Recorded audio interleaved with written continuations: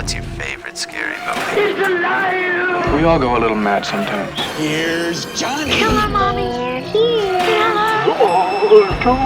When there's no more room in hell, the dead will walk here. I see dead people. Well, sometimes death is better. To avoid fainting, keep repeating. It is only a movie. Take as much as you can. I've got to return some videotapes.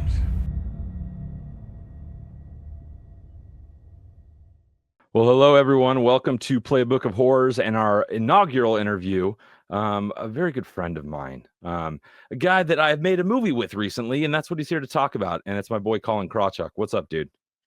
Hello, Kevin.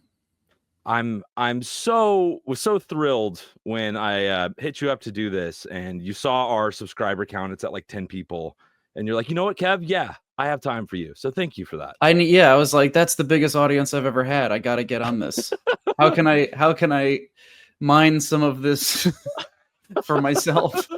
Let's do it. So this is a unique interview because I just got done working with you. So I know a lot about the movie. So I'm going to try and ask you interesting questions that maybe people wouldn't normally. Of course. Yeah. Any chance to talk with you is I'll take. Yeah, and this is all just a big guys to have you come on and ask you your 10 favorite things about working with me on the Jester 2. Just 10, huh? Just 10. I'm only looking for your top 10 favorite moments of working with me. All right. Okay. I'm just kidding. We're not doing that. That's another time. So yeah, let's get this started. I had it's the first time we're doing an interview on this podcast, and I want to find out from everyone we bring on, like, what was that like gateway horror movie for you? What was that movie that you first saw when you were younger? You know, for me, it was like 7, 8 years old that kind of stuck with me. What was your gateway horror movie that kind of stuck with you and kind of led you down this path that you're currently on? Well, there was definitely a movie, because I hated horror movies when I was a kid. I was afraid of everything. Costume characters at Disney, I wouldn't go up to them because I was too afraid. Nice. Of the Beast from Beauty and the Beast. So I was not into horror movies.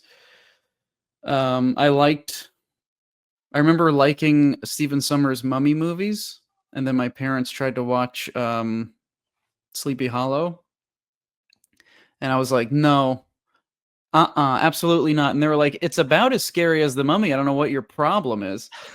But it was I remember the first movie that I watched that I recognized how terrified I was in the moment, but I also had enough self-awareness to realize that I was really enjoying that feeling.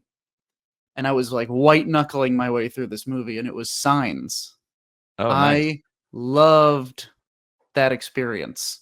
Just the catharsis I felt at the end, because I was so engrossed in what was going on in that movie and the journey that family goes on.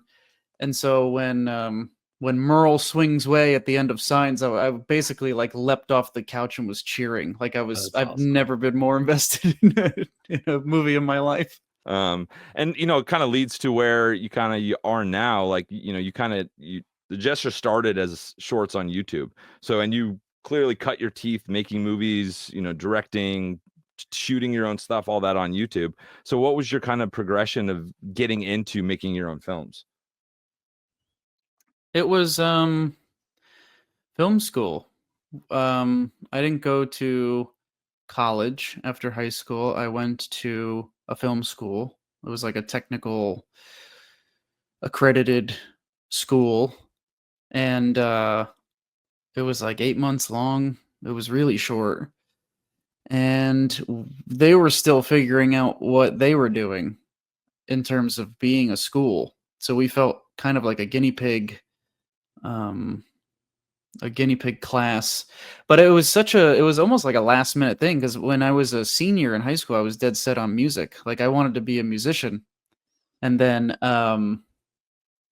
outside of just saying I'd like to be a musician, I didn't do anything on my own to make that happen or refine my skill or chase that dream or just show any kind of external drive towards that. And it wasn't until I had downloaded, there was an app called Action Movie Effects, I think, on my iPod Touch. Love And it. at band practice, me and my friend Andy, in between practice, we'd have these like 5-minute breaks. And this was at the high school after school. So it was after hours. The school was empty, and we would run around with the iPod Touch and record these little videos on the iPod Touch. It would like, I think it was like an Andrew Kramer app. He'd like comp in all these just ridiculous effects, like helicopters crashing and Yeah, I think I jets remember crashing. It was cool. It was cool for somebody who had never done anything like that before, and just trying to like build a shot around this pre-rendered effect. And I edited it in Windows Movie Maker, and never had more fun on a like solo project before, and realized, oh, this is what I want to do. Like this is my interest. I've loved movies. I watched behind the scenes DVDs and VHS tapes my whole life. I'd always had a passion for movies, but always thought it was unattainable. It was an unattainable dream. And making those little videos on the iPod Touch, I realized, like, no one's telling me to do this. I'm doing this because I want to do this. That's got to mean something. Yeah. And so at the last minute, changed my class, elective or whatever it is in this school, from audio engineering to film production. And it was the best. It was the best. It was the best choice. I don't know where I'd be now if I had gone in the audio class, but I wouldn't be an audio engineer. Yeah, you wouldn't have a movie coming out in over 800 theaters across the nation in a week or two. So I'm glad you decided to do that. Good work on that app, where whoever downloaded that. That's Thanks. money. Yeah. So then let's talk a little bit about the short, because the Jester, I found out about it after the fact. I wasn't like hip to it when it first came out, but the first one you did that really kind of set this thing off on a trajectory was 8 years ago, the first short. And I just looked it up before we started, has 18 million views. That's insane, dude. Like, how did the first Jester short kind of come to be, and what happened? That's insane. Good question. What happened? I don't know. Because what we had been doing at that point was, I don't know how many short films we had under our belt before the Jester, but it wasn't a lot. It was a handful, and even less horror shorts, because I think we were averaging, I don't know, in the early days we were averaging a number of short films a year, but around Halloween we would always try to shoot a horror thing. And we had only done 2 before the first Jester short. The first one was called Creep, and it was our first time shooting anything horror. So our goal with shooting shorts at that time was, every time we make something, we want to do it for the first time. Like we should be learning something new every time we do it. We don't want to just make the same kinds of shorts over and over again. So we had never done horror before. We wanted to try it out and do something that we thought could be really scary, but also unexpected. And it was just a guy in a filthy, disgusting mesh suit running around with a baseball bat. But it was super fun to make. It was such a fun experience. And then the next horror short was called On My Way, and that was the most ambitious thing, I think, to this day that we've ever attempted. I don't know if you've seen On My Way, but it's we're doing the short film is in one shot thing. Oh, bold.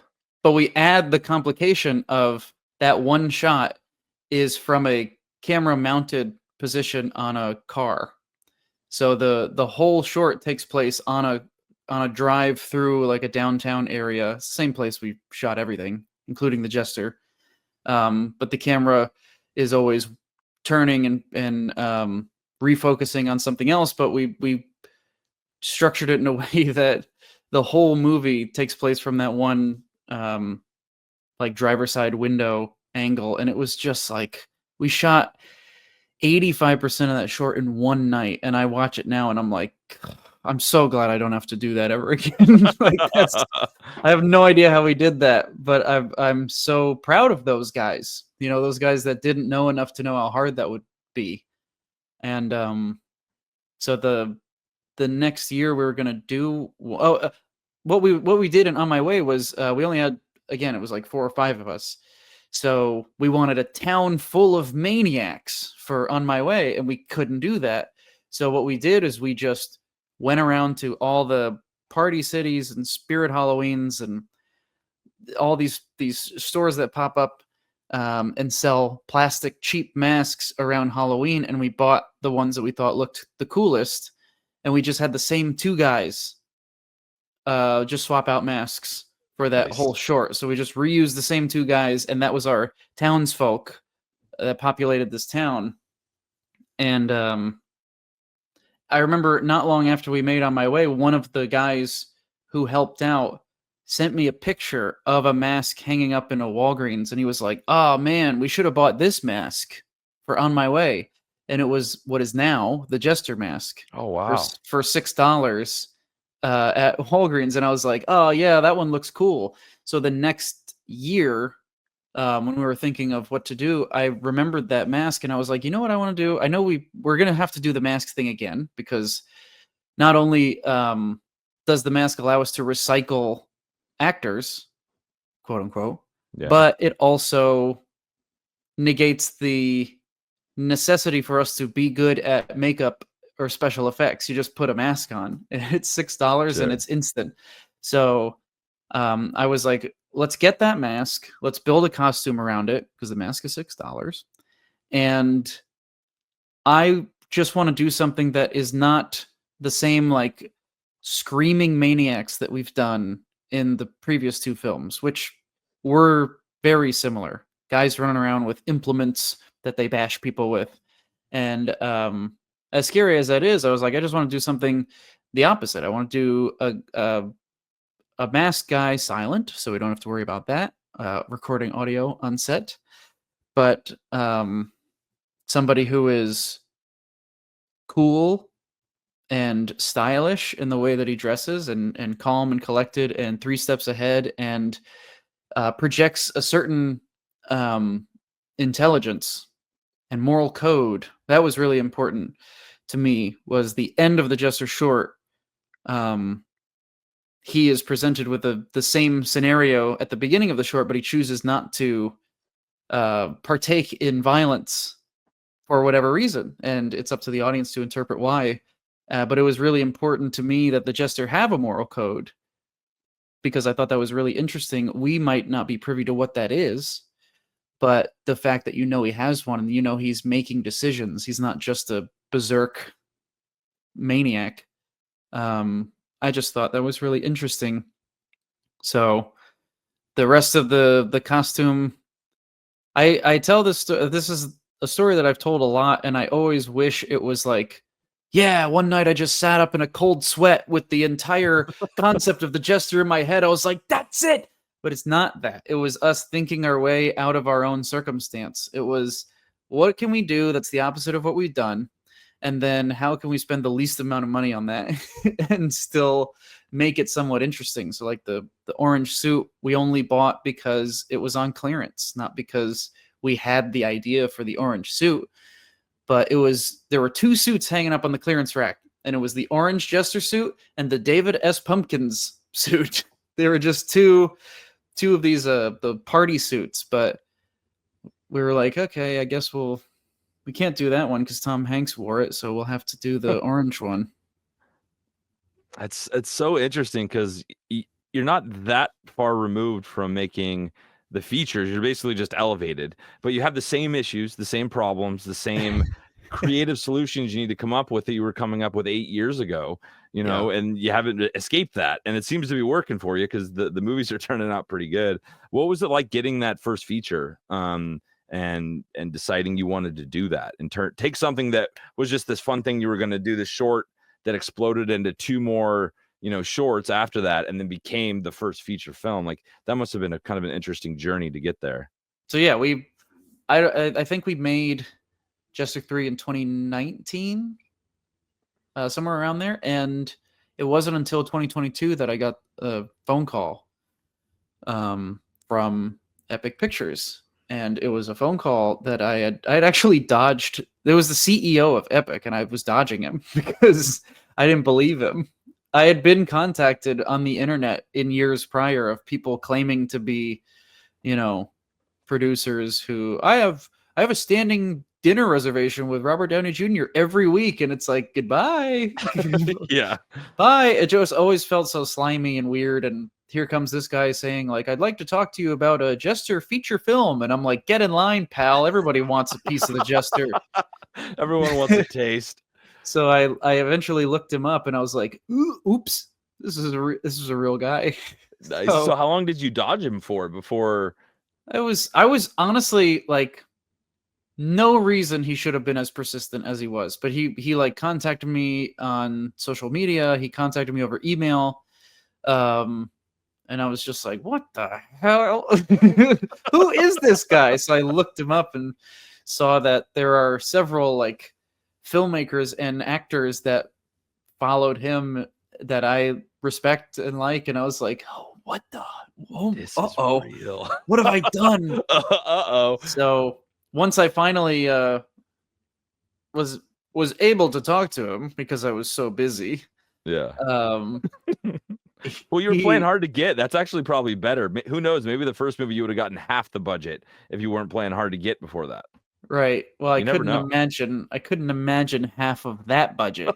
But once we were talking on the phone, he was very blunt and upfront, and he was just like, this is who I am, this is my company, and we like to make feature films for not a lot of money, and we're doing this slate of ultra low budget horror features, and we'd like to somebody showed me the short, and I think it'd be great as a feature.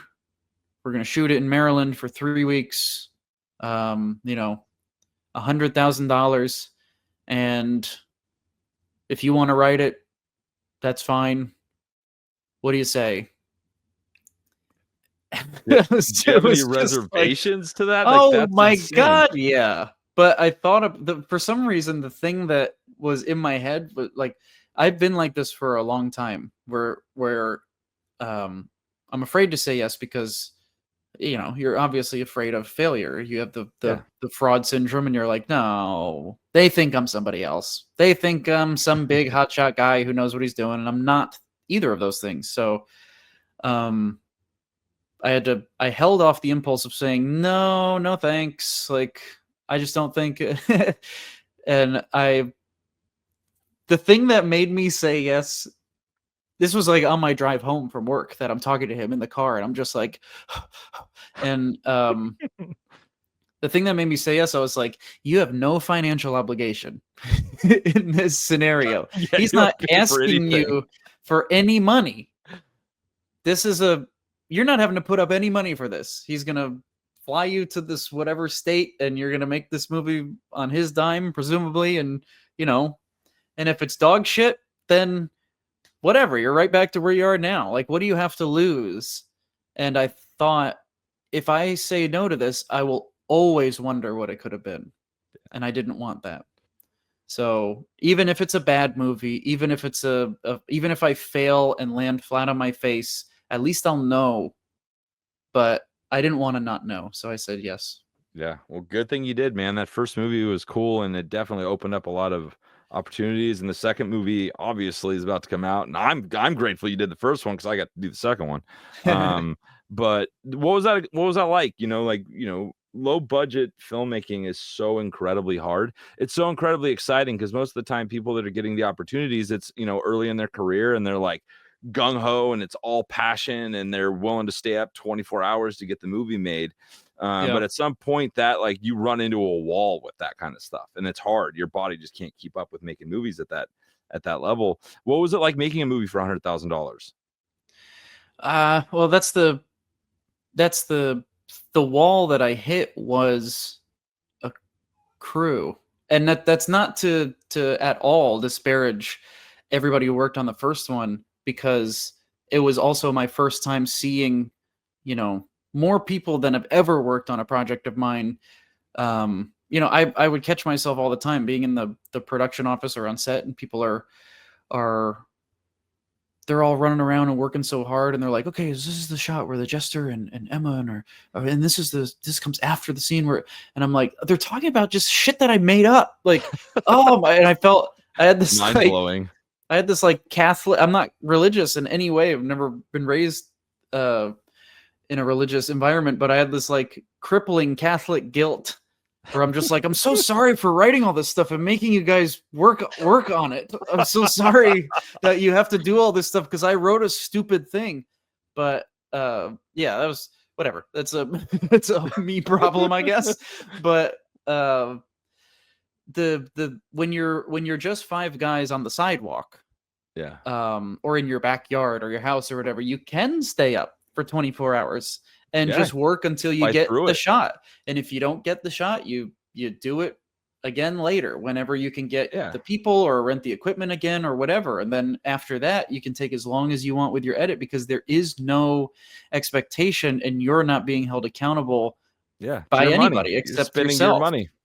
You have that freedom. And once you are working with somebody else's money, and now there is an expectation. Now there's an expectation from the whoever the financier is. There's an expectation of the people who are on set who now are getting paid. They're not just there to help you out because you're friends with them. They're there because this is a job, and you can't ask the world of them because, well, it's illegal. You can't shoot for 24 hours straight. So yeah, it is.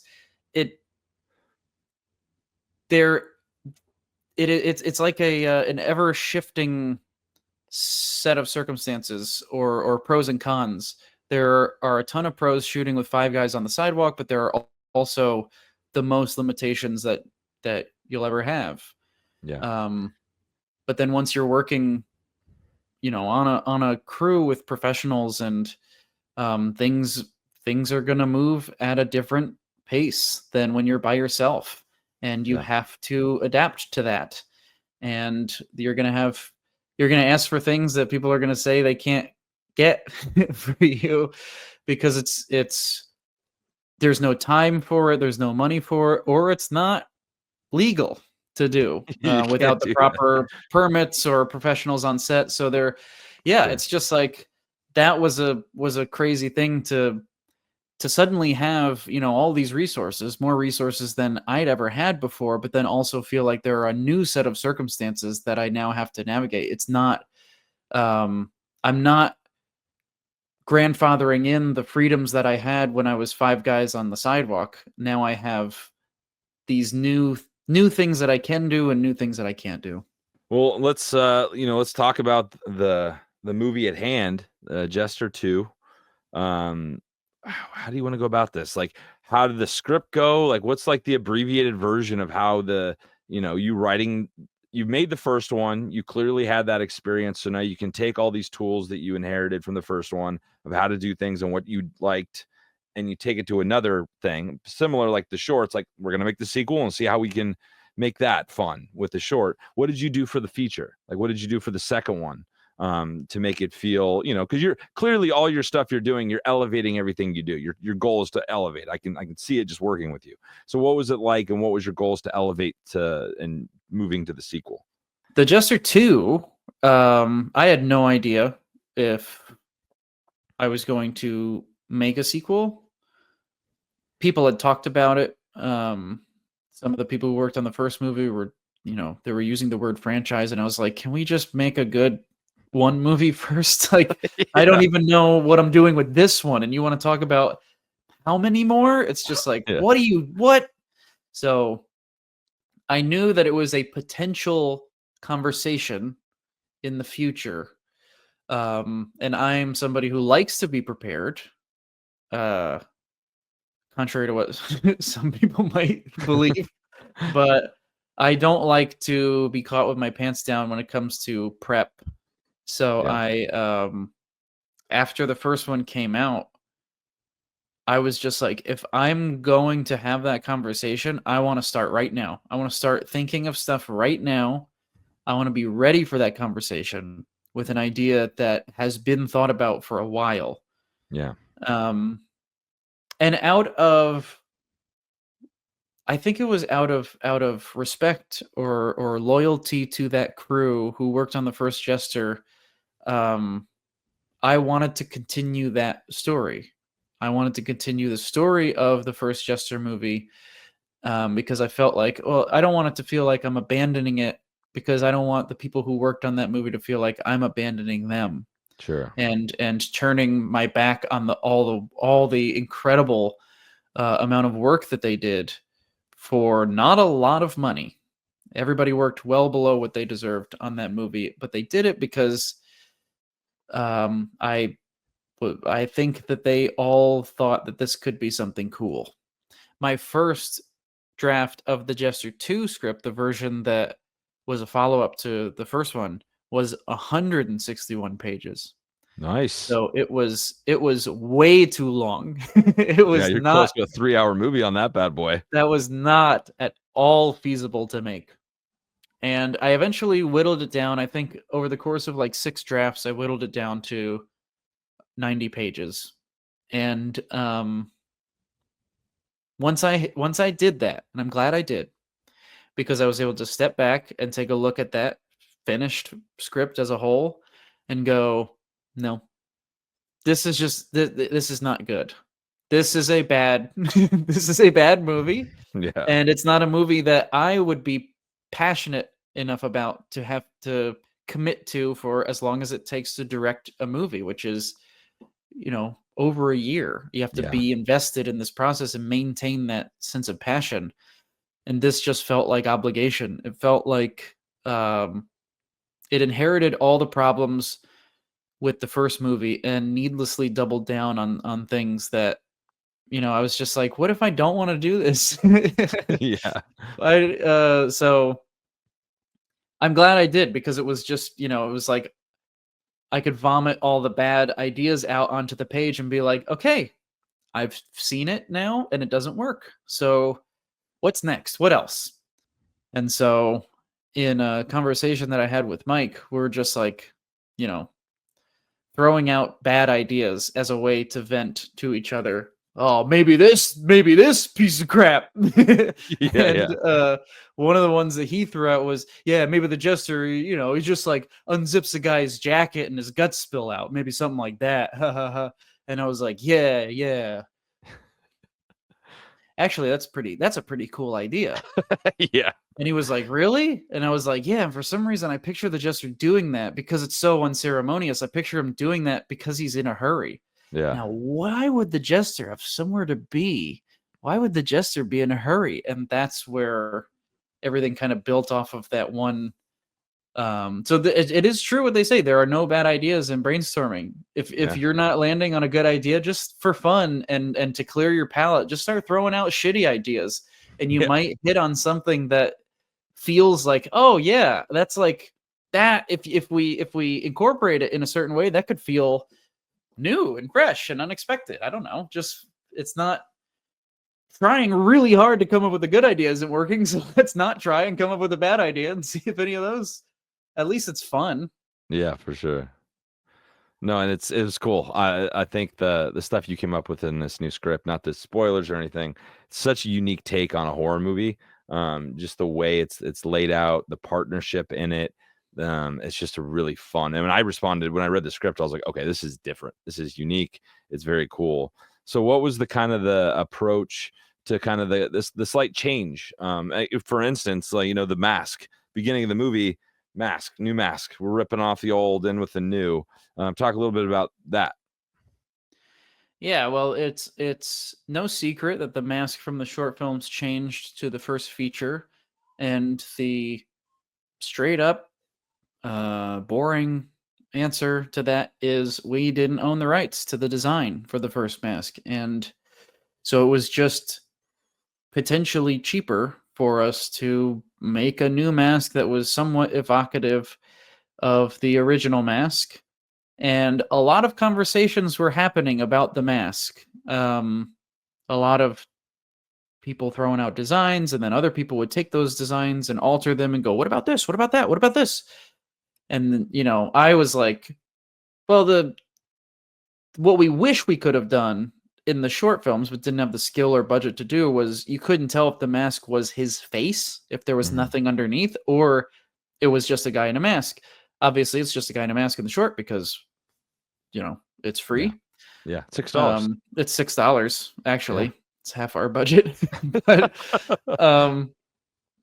yeah, I was like, if that was the intention with the shorts, and so that was interpreted as, well, it can be a whole over the head appliance, so it does look like a mask and somebody's whole head. But then there were communication issues as to, is it going to be blended into the neck? Is it going to look like a guy wearing a mask? Is it this? Is it that? And, you know, at a certain point, the mask is finished, and you're like, oh, what happened? Where did the conversation go? I just, you know, so yeah, there were compromises and limitations and all kinds of stuff. But for this one, I was like, if I can make it my choice, it's going to be my choice. And my choice is we go back to the short film mask and we do it as close to as possible that we can. And we could have just had the Jester show up in this movie with a new look, new mask, not acknowledged it at all. Though that happens in you know, long running franchises where a character has a certain look, and it's not a problem. But I wanted to see if I can get away with making it a thing in the movie where the Jester actually changes his look. It's not a new look that no one ever talks about. It's he comes out and the old mask is there, and he's like, nope, we're not doing that anymore. We're gonna do this. Yeah, and it's peeling it off. It felt like when you peel off a scab too early, and that's what his face looks like now. Like maybe it wasn't ready, but and it looks a little weird. But then also had the idea of, what if he's like, you know, the Great Pumpkin or the Ghost of Christmas Present, where since he is only, we establish in this movie, he is only there for the evening hours of Halloween, of All Hallows Eve. And he ages in that amount of time. So it's something that if you catch it, you can track it in the movie, but his mask degrades and his skin around his head degrades, his hair falls out.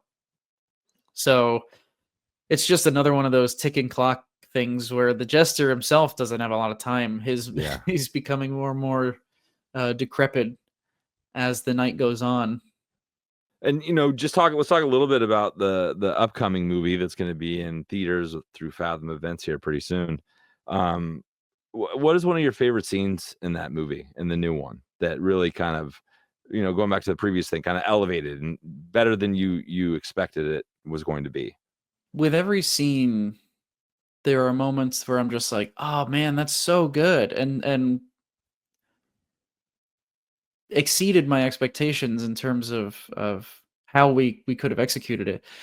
And then within the same scene, of course I see all the brushstrokes, you know, being an inch away from the painting. It's like, I wish I could go back and just reshoot this one thing, or, you know, something like that. But the fire station scene is a lot of fun, and we had fun on set shooting the big reveal in that scene.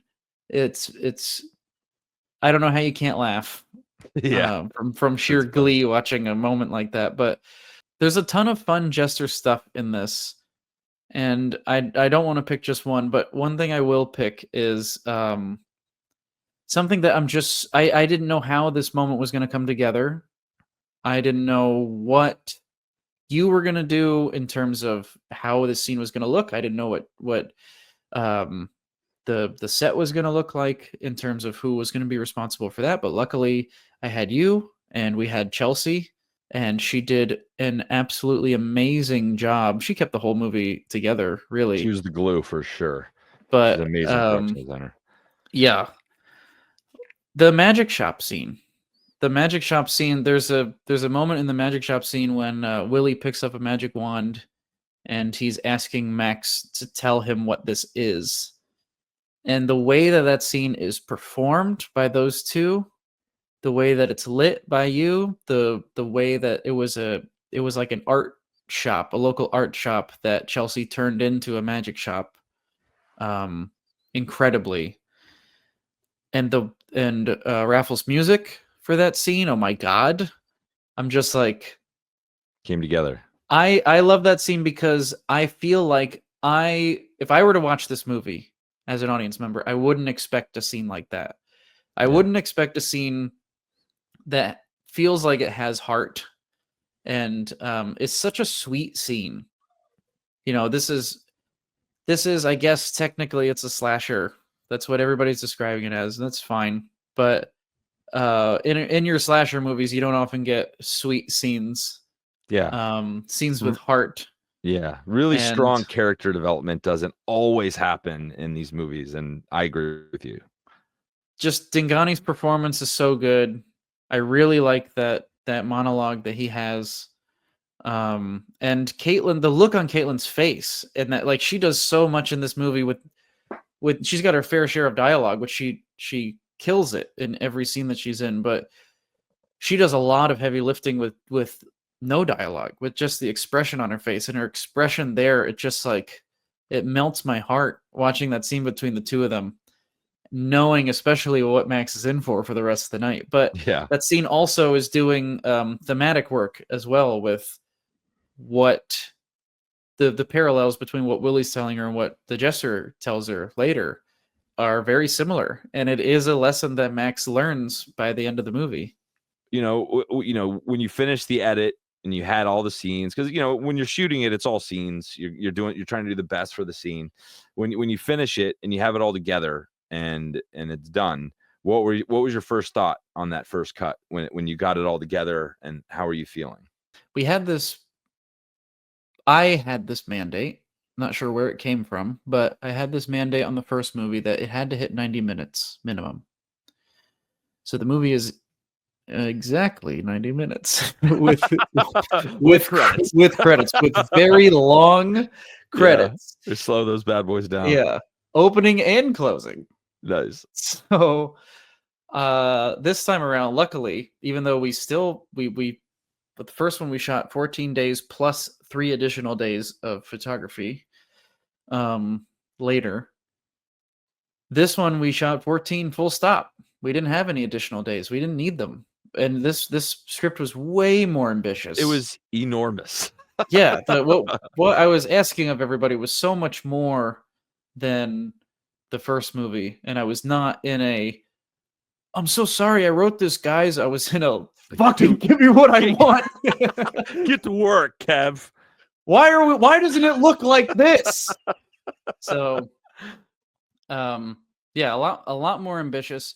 But we ended up having, because the script was so ambitious, we ended up having plenty of movie to comfortably pass 90 minutes. I think it was sitting around like 93 minutes, which is pretty good. And so I had room to cut stuff. So my plan, I was like, is there a 90-minute mandate? And they're like, what? Fuck? Where did that come from? I was like, okay. You just said it for yourself. So no, I was told explicitly by somebody on the first one. Movies are at least 90 minutes long. Yeah. So this one, they were like, no, you don't have to hit 90 minutes. You can be under. And I was like, okay. So I made it my mission to go through the movie and hack it to the bone. And once I had that idea in my head, it became really liberating and really fun to go through every scene and go, you know what? I don't need this anymore. And this whole piece of dialogue can go, and this is out, and that's out. And it just became like a fun experiment to be like, how short can I make this? How tight can I just butt I'm gonna all make of these this a beats up? short. I'm gonna make This this. is I'm gonna just- put this yeah. on YouTube. It's gonna be a short. It's gonna be You awesome. can release whatever cut you want, but the director's cut is gonna be 12 minutes. So it was so awesome to be able to go, and like I said, it's so much nicer to be in a position where you can cut stuff rather Yeah. than elongate stuff, because it feels like you're padding stuff out. But this time it was like, yeah, I like some of these performances.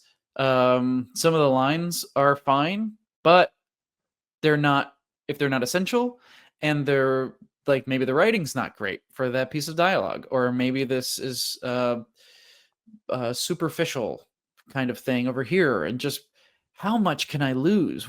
Just going down to the word, how much can I lose? And it became so fun Yeah. to just cut as much of the movie out, and I cut 10 minutes out of the movie, which is a lot for a movie that was 93 minutes. 10 minutes is a lot. Yeah. And I didn't lose any scenes. I was just cutting every scene to as short the as I air. could make it. Yeah. Yeah, and that felt so much better. Yeah. It felt really good. And For you know, on that note, like, what are you hoping? You know, this movie comes out in like a week ish. You know, what are you hoping that the reaction is, or what would your ideal world be? I want people to have fun. I want people to have so much fun watching this movie. That was like, after writing the script and having this script like in my hand, I'm like, I can't wait to shoot this movie, because there's so much fun stuff in it. And it turns out it wasn't a ton of fun to shoot. It was really, really difficult. But I think the movie is still a lot of fun. And I've said it before, but if you know, we all have our movies that we make an excuse to watch come fall, come Halloween season, and if somebody watches The Jester 2 and they like it enough to fold it into their annual watch list for Halloween, that would be like the biggest honor, to be a part of somebody's annual watch list. That's just like, how could you ask for more than that?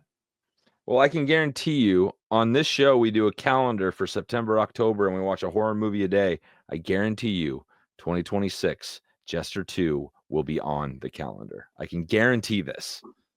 Okay, I'll be interested to hear what day that what day of the run that it occupies. Yeah, probably somewhere midweek. You know what I mean? Like not like the height, the height of the calendar. You know, just more of Yeah. like a chill, like we're just have a nice time, middle of the week kind of deal. Yeah, you don't want to use up one of your good days on the Jester 2. No, not one of the prime days for sure. Yeah, that's for the better movies. Feels like a Thursday kind of movie. You know what I mean? Yeah, it's like, might as well delete this day of the week, but since you can't, just watch Perfect. the Jester 2. Put it in there. No, we're gonna give it a prime spot, but tell everyone where the movie's coming out. So what's the pitch, dude? What's the pitch to get people to go see it? The movie is coming out. It's coming out in theaters nationwide. So I'm surprised at how many people have asked me, like close friends. I'm like, are you going to see The Jester 2 on September 15th and 16th? Hosted by Fathom Events? And they're like, yeah, man, sure. What theater? What theater is it playing at? And I'm like, look it up. It's playing at whatever theater you want, most likely. Probably right next to your house. It's a shocking, I know, 800 plus theaters. It's the most theaters I've ever had a thing play in, but it is nationwide. And if you go to fathomevents.com and you search The Jester 2, you'll find, hey, it removes what is it called when you have too many options and you get paralyzed by options? It removes that, because it's only 2 days. Yeah, so you got yeah, Monday the 15th, Tuesday the 16th. That's it. Pick your day. And then usually you got 1, maybe 2 screenings a day at those theaters. There's your options. You got them. We did the work for you. How about that? How about that? Colin, how about that? Thank you for joining us, dude. First interview on our podcast. Couldn't have been a better one. Can't wait to see the reaction to this movie. And it was a pleasure making it with you, dude. Yeah, it was a pleasure making it with you as well. I'm glad I had you in my corner, because it made all the difference. I got you. If you want to do a Jester 3 or something else, you know who to call because I'm your guy. Yeah, I got you on speed dial. Dude, you're the best. All right, man. Well, thank you for your time, dude, and I'm sure I'll see you soon. Yeah, thank you.